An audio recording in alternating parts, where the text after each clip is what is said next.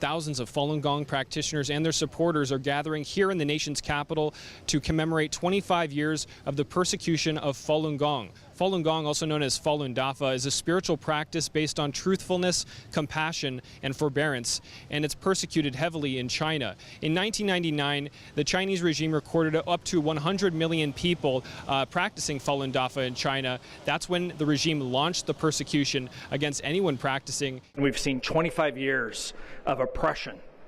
We've seen things such as extrajudicial killing, imprisonment, this terrible crime of the harvesting of human organs that's been well documented by our organization in peer-reviewed journal articles.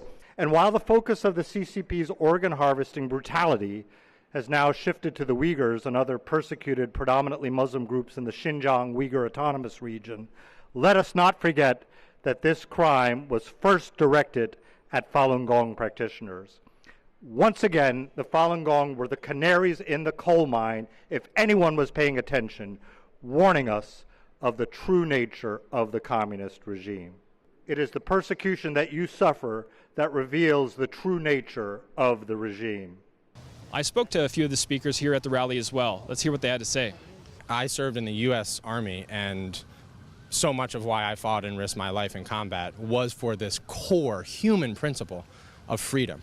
And freedom to believe and practice one's faith with and in community that has been so directly attacked by the Chinese Communist Party and getting worse and worse. So that's a value, that is an American value as we stand here looking at our capital. And so we need every American and every freedom-loving person around the world to stand in solidarity with the Falun Gong community.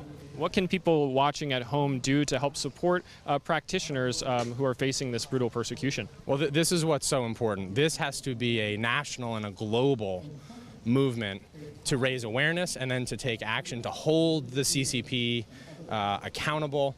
This is not just a problem and transgression against the Falun Gong. It should be against all freedom-loving people. This comes just 2 weeks after the House passed the Falun Gong Protection Act, which sanctions any individual involved in the Chinese regime's forced organ harvesting.